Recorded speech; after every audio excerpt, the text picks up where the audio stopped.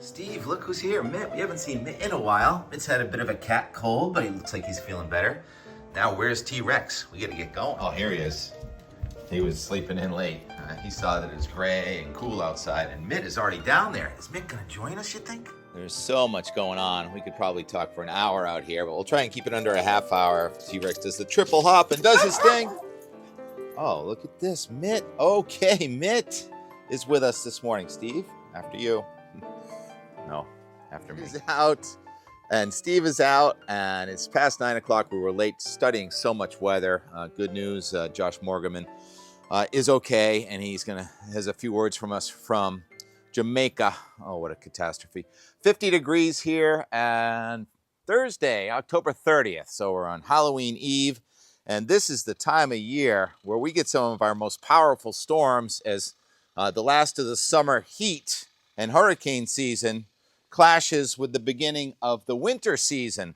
And I think it's pretty interesting. Evan in North Carolina says they've been having an ice storm at Mount Mitchell in western North Carolina, and the first accumulating snow of the season is happening on top of the ice. Now, that's taller than Mount Washington.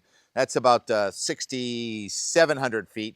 Mount Washington goes up to 6,288, and here's the view from about 3,800 on Mount Washington this morning. So snow accumulates in North Carolina, and snow is melting on Mount Washington because the temperature is going up. We've run out of this old cold. It's not exactly warm. What is that noise? I hear a pneumatic drill. So the Sebago dock and lift team building the stairs in Weymouth, just out of sight over there. And they're working in the rain. It's been just a light drizzle here so far. The temperature profile on Mount Washington this morning, it is now 40 degrees, or it was, at 4,000 feet and in the 20s at the base. So we finally got the cold to come down to the ground. That's what we call a high barometer cold when there's an inversion. And the temperature roundup this morning did show a few 20s, mid-20s in Whitefield. But overall, we are in warm air advection because it's getting warmer up in the sky today. With the advance of a storm that's going to be an inside runner. So Halloween, nor'easter is what it looked like a week ago, but then it changed its track, and now it's going to be a sou'easter. And we'll talk about that in a second. But I think maybe we should talk about what's going on in Jamaica.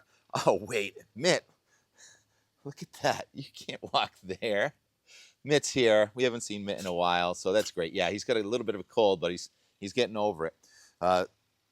In Jamaica, Josh Morgan, he said it was one of the scariest storms. It was in his 83rd eye wall, and he was right on the beach. Someone put this map of where he was located on the shore there in St. Elizabeth's Parish, just outside Black River. I can't remember the name of the town, but he sent these images. He said he was in the hotel, the top floor, the roof came off. The room he was in, if he had stayed in his room, was shattered with the window breaking and glass on his bed. And he said the people had to put their hands over their ears for hours because of the deafening sound of the Category 5 winds sustained, probably in the order of 130, 140, somewhere in there.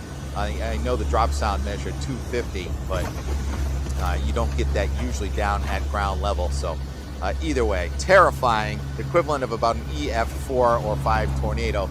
That lasted for hours upon hours, and he is out there assessing the landscape this morning, and he sent this video. I think actually this was probably yesterday afternoon because he didn't communicate because he was busy helping the local residents yesterday, and now he's gathered data and he wrote a long description of his experience, and that's just the beginning. He's so eloquent with his words and talking about how roofs were exploding and splintering into debris, shrapnel, deadly shrapnel flying through the air, and he said it was sort of ungodly how the palm trees were bending and ripping out, and all that St. Elizabeth's Parish now is just a bunch of sticks. So he had the door open as long as he could before he had to close it because of the hurricane, right?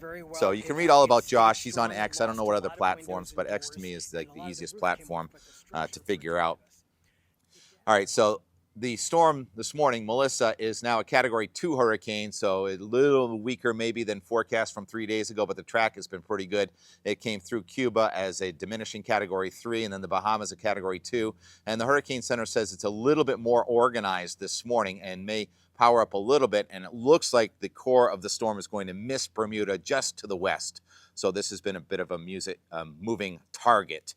And so fascinating. I want to show the satellite image from yesterday at about 3 o'clock in the afternoon, maybe 2 o'clock in the afternoon, where you had this storm over the United States, eastern United States, with heavy weather across from Tennessee into West Virginia. And then you had the hurricane separate from it.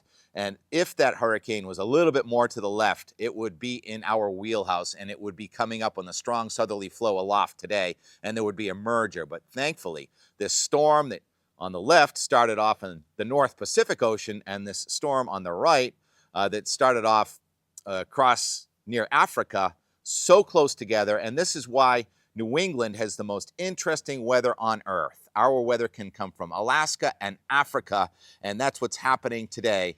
And the weather, for all practical purposes today, is going to be a blend of the two without any catastrophe here, but the wind, it may cause some damage here tonight. I'm surprised there's no wind watches. Why don't we start with the wind forecast? And this is the NAM, and the wind is going to be from the south-southeast and increasing. Yesterday's system is weakened, and this one's powering up, so a new batch of wind coming at us, and we're all going to experience this. And I'm going to stop it now at let's see, this is going through midnight and around 7Z or so, somewhere around 3 a.m. or so. The clock in the upper left, Zulu, it's going to be changing this weekend. 7 minus 4 is 3 a.m. And put the cursor over Chatham, Massachusetts, and it says about 70-mile-an-hour gust possible in the middle of the night there at the dune tops on the National Seashore from Monomoy to P-Town, but also the downsloping wind from the southeast on the west side of the Green Mountains.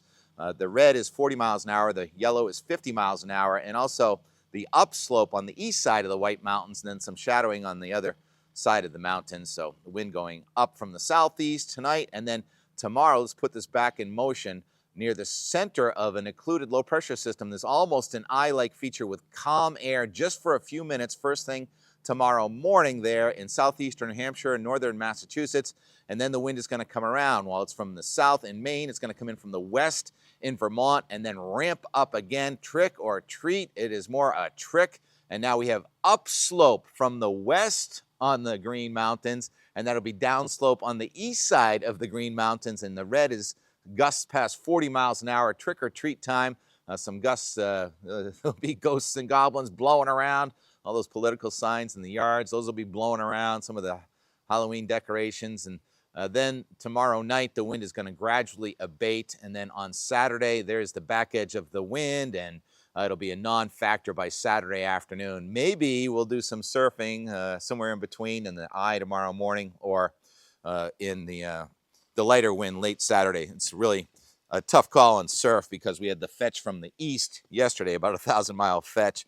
And now we're getting it from the southeast today, and also a ground swell from Melissa is going to arrive here. So a hodgepodge of chaotic, wonky surf is in the forecast. We do surf, ski here.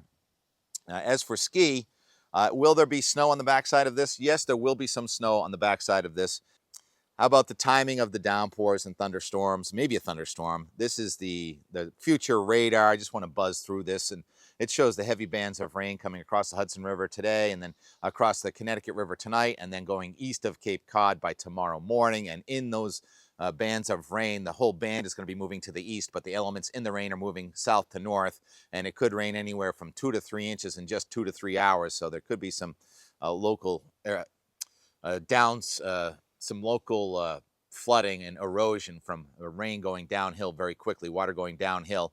And then the back edge of that rain is moving off of Maine. And then here's tomorrow evening, and then you get the upslope and the wind really cranking, and the green mixes with blue, and that's some upslope snow going into especially northern New York, northern Vermont. And the snow level is going to be very high. It's going to be above 3,300 feet. So maybe up close to 4,000 feet, you get 2 or 3 inches of snow, Mount Mansfield, Jay Peak, and Mount Washington. So that's it for the future radar. And now I want to go to the QPF.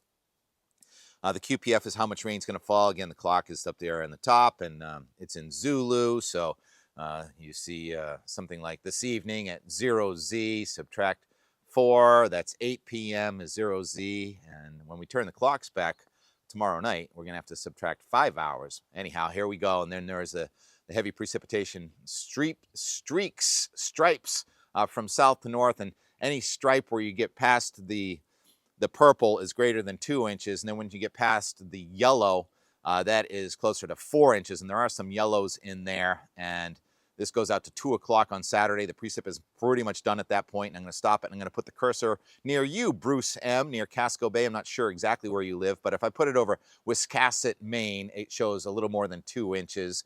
Nantucket yesterday, we showed 3 inches. So these stripes can move 40, 50 miles either way, west or east. So we are all in the sort of 2 to 3 inch range potential.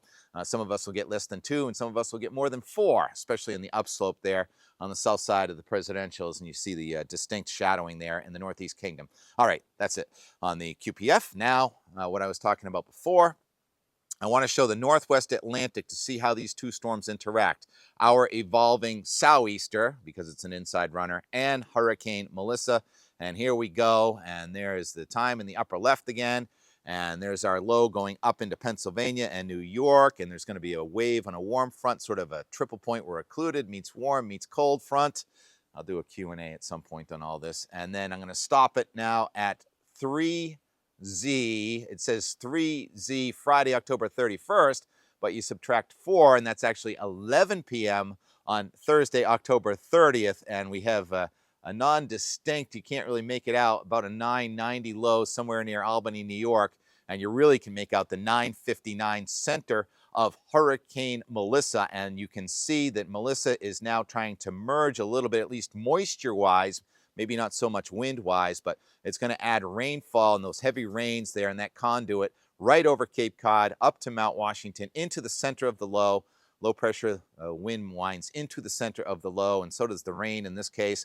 And this is now we're going to put it back in motion, and then that real heavy rain is going to move east into Maine as the sun comes up tomorrow morning. There's a little gap in the isobars there as the wind lets up only shortly in New England, and then it comes around from the west, and then there goes Melissa up towards Canada.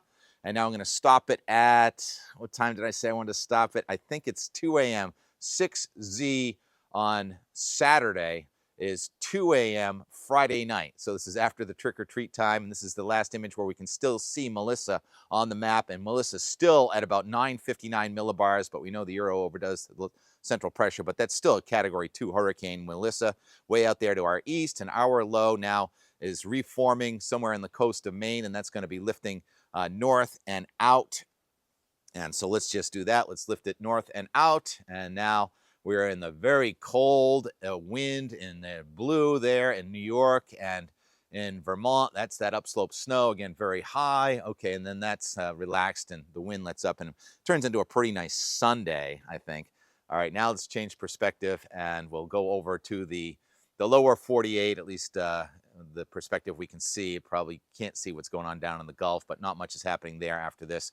And also southern Canada. And here's how it plays out. The same thing we just saw, just a different perspective with the storm coming across New England and then the hurricane threading the needle between north of Bermuda safely, I believe, and south of the Canadian maritime provinces. And that's taken off towards Norway on that same track we've been talking about all the time. And our isobars are really cranking here as this low is now deepening through the 980s to our north. And there's the upslope snow on Saturday in the blue and the green, and it's shutting off late Saturday. So just a few inches at the very tops of the mountains.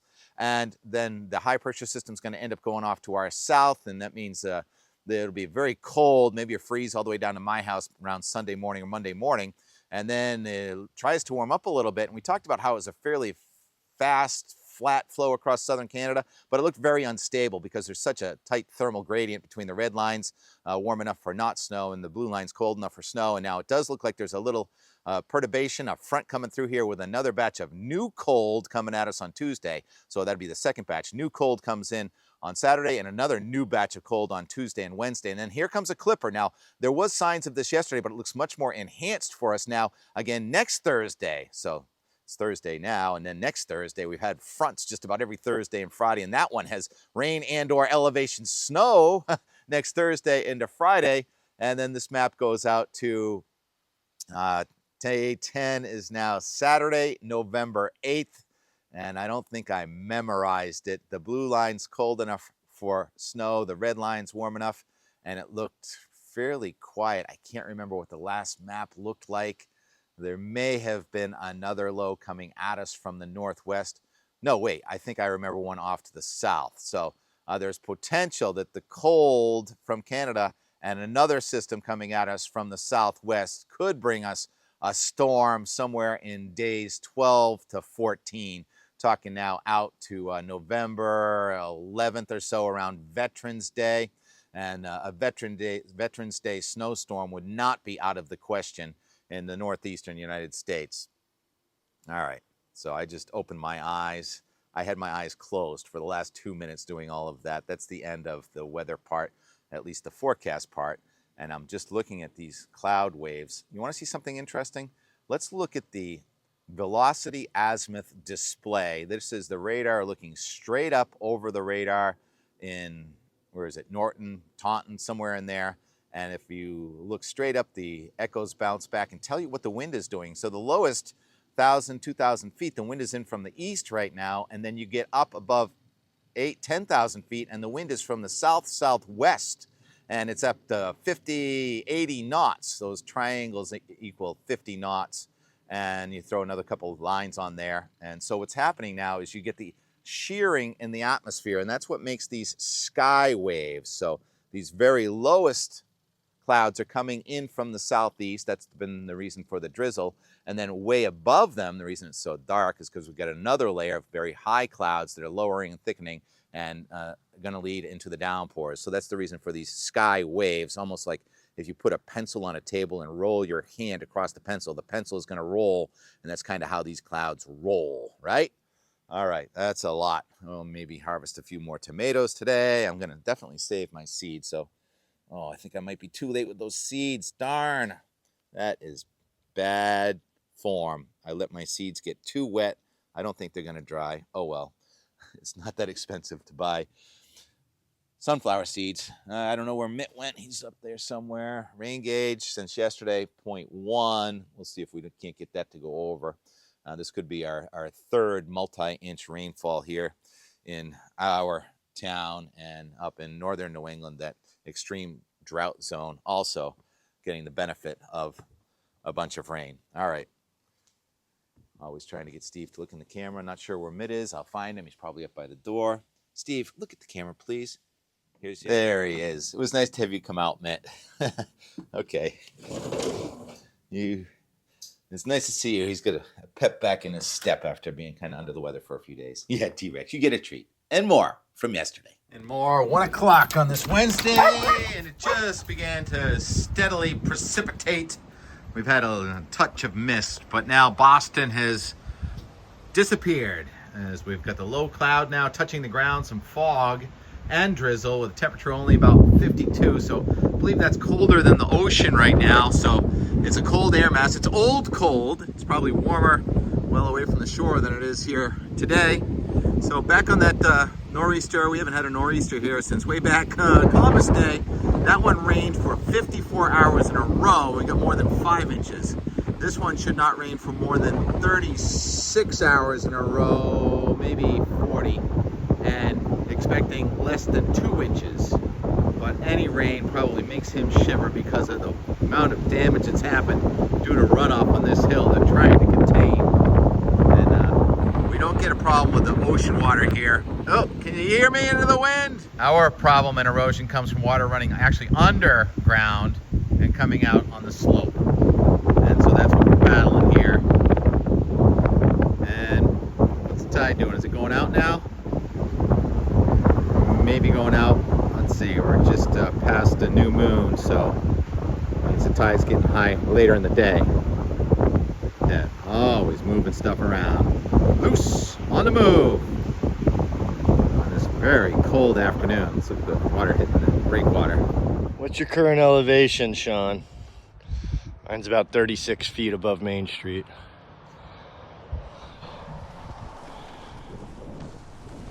Big J. No snow here, bro. Hope you're having a good day. I fucking hate roofs.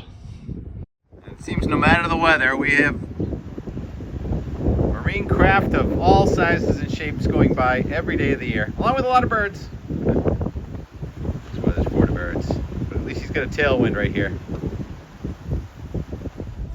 47 degrees on the dashboard thermometer. Prince of darkness on the radio. Now been raining for 3 hours here on Great Hill. The summit of Great Hill. Elevation, I don't know, a couple hundred feet. You got a vehicle that got bogged down in the mud over here. And Vec hiked up the real Great Hill, the Cog Railway today.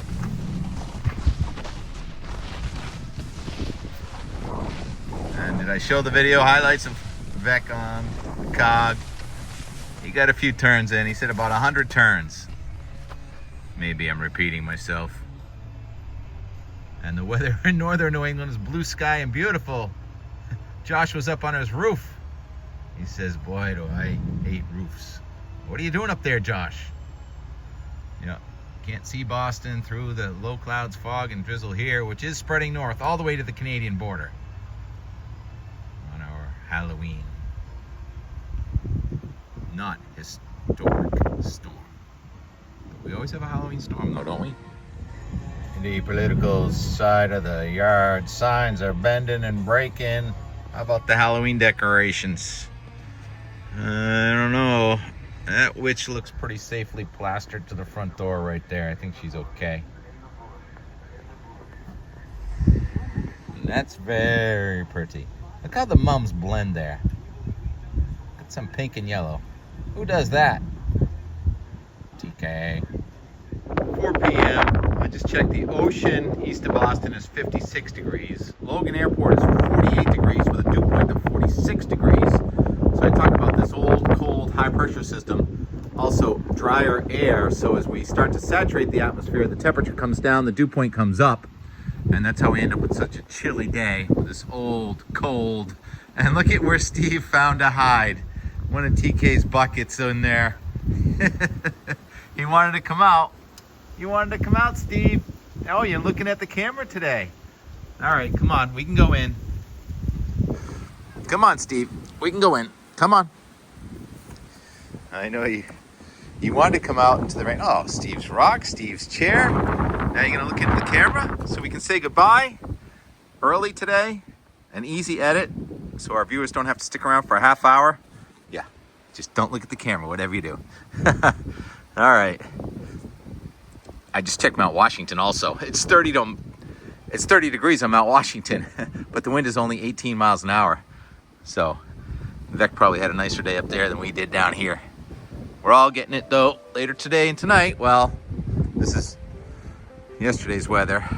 So today is Wednesday from where I am sitting, but it's Thursday from where you are sitting if you watched it on the same day it was published. And that soap there kept the deer away. Oh no, the deer just didn't come around because they didn't have the same environment this summer. Okay, that's it. We're calling it a day early. Calling it a day early. Hour before it gets dark, hour and a half. Clocks go back this weekend. It'll be dark before 5. Appreciate your viewership. Thanks for watching. Maybe we'll do a little Q&A on this Thursday afternoon. So much going on. If I can free up some space on my computer. Steve, say goodnight. Good night. Thanks for watching. Good day. Winter is coming, but not yet.